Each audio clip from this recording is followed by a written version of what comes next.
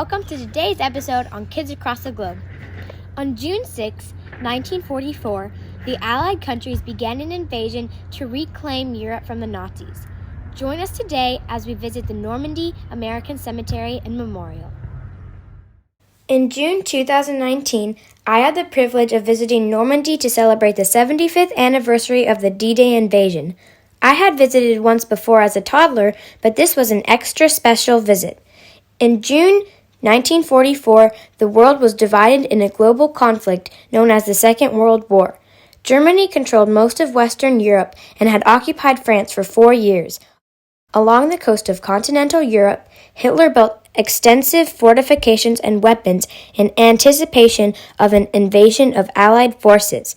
In order to free the people of Europe from Nazi oppression, the Allied powers, including Great Britain, the United States, Canada, and Australia, planned a secret invasion. This invasion involved a year of top-secret planning. It involved the coordination of forces in the air, on land, and on sea. Most importantly, it involved the bravery and sacrifice of men and women around the world who were fighting for a common cause and against a common enemy. In the early morning of June 6, 1944, thousands of small boats landed on the beaches of Normandy and unloaded more than 100,000 soldiers. We visited one of these beaches called Omaha Beach.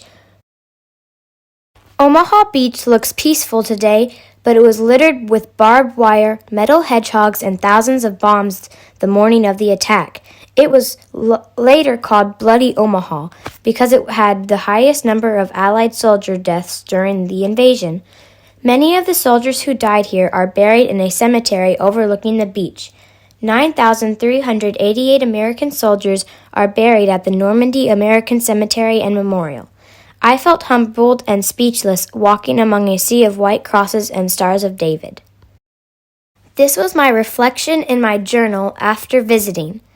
As I stand on Omaha Beach, first I think of how much I complain. I feel cold, tired, and hungry. I could think of a lot more complaints, but then I think of the soldiers. They were cold, wet, tired, and just wanted to go back to their families, but they risked their lives to save the world.